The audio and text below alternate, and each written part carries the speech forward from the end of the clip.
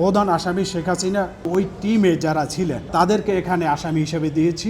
অবৈধ সরকার বিএনপিকে নির্মূল নিশ্চিহ্ন করার জন্য গুম করে অপহরণ করে 2276 জনকে আওয়ামী লীগের সন্ত্রাসীরা ক্রসফায়ারের নামে হত্যা করেছে। বিএনপির কেন্দ্রীয় পক্ষ থেকে আমাদের মাননীয় মহাসচিব ওনার স্বাক্ষরিত একটি অভিযোগ, যেটা আমি বাংলাদেশ জাতীয়তাবাদী দলের মামলা খুন গুম তথ্য সমন্বয়কের সদস্য এবং আমার পাশে আছেন আমাদের অ্যাডভোকেট জাহিদ ভাই, উনিও ওই কমিটির সদস্য।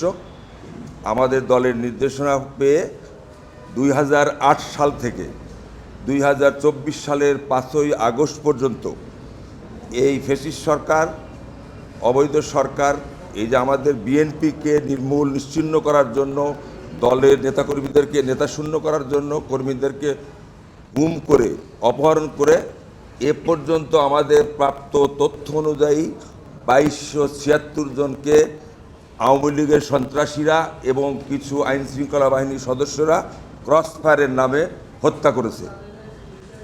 তারা বিভিন্ন পদে আছে, যুবদল, ছাত্রদল, মূল দল সহ। তাদের ছিলই যে বিএনপিকে ধ্বংস করা, বিএনপিকে নিশ্চিহ্ন করা এবং দলকে শূন্য করা। এরই আমরা আজকে 2276 জনের ক্রসফায়ারের নামে যে হত্যা করেছে নির্মমভাবে, তার একটা তালিকা অভিযোগ জমা দিলাম।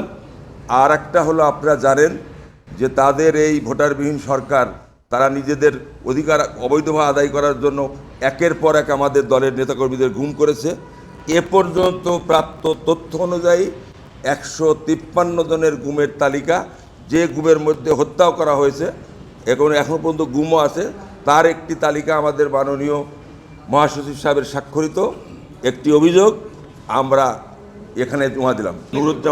নুরুজ্জামান জনি আছে, আমাদের শাহজাহান সাহেব আছে, যুবদল নেতা কায়ুম আছে, তারপরে আপনার শরীফ আছে, তরিকুল ইসলাম আছে, এরকম আমজাদ হোসেন আছে, ইলিয়াস আলী গুমের মধ্যে আছেন আমাদের স্থায়ী কমিটির সদস্য, যিনি আমাদের 8 বছর দীর্ঘদিন আগে অপহরণ করে ভারতে ফেলিয়ে রেখেছিলেন, সালাউদ্দিন আহমেদ সাহেব আছেন, ইলিয়াস আলী চৌধুরী, আপনার চৌধুরী আলম সাহেব আছেন।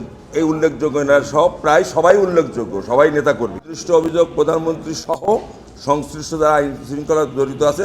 আমরা আসামির সংখ্যা উল্লেখ করেছি, ওই প্রধানমন্ত্রী সহ সর্বশেষ তাদের যারা আইন শৃঙ্খলা পারি জড়িত আছে নাম দিয়ে দেওয়ার করে দিয়েছি। এটা আমার গোপন আছে, এটা আমরা বলবো না।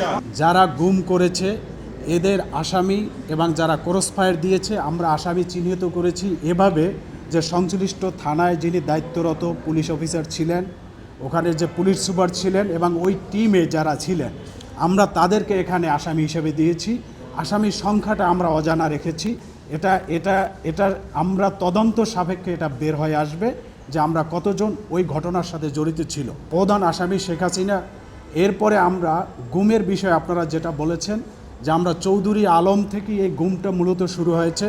আমরা আমাদের চৌধুরী আলম সহ আমাদের সাবেক এমপি ইলিয়াস আলী সহ আরও যারা গুম হয়েছে এদের জন্য আমরা আলাদা একটা তালিকা করেছি।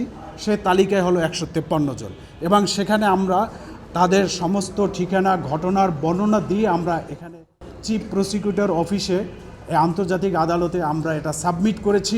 আগামী দিনে এই বাংলাদেশের মানুষ যেন একটা ন্যায় বিচার পায় এবং যারা গুম হত্যা হয়েছে তাদের পরিবার যেন একটা ন্যায় বিচার এবং একটা সুন্দর বিচার পায়, এই জন্য মূলত আমরা এখানে এসেছি এবং আমাদের দল তাদের পাশে থেকে এই পদক্ষেপটা নিয়েছে, যাতে করে আগামী দিনে এই ধরনের কোনো স্বৈর শাসক যেন তৈরি না হয় যারা বাংলাদেশে এভাবে গুম হত্যা করবে।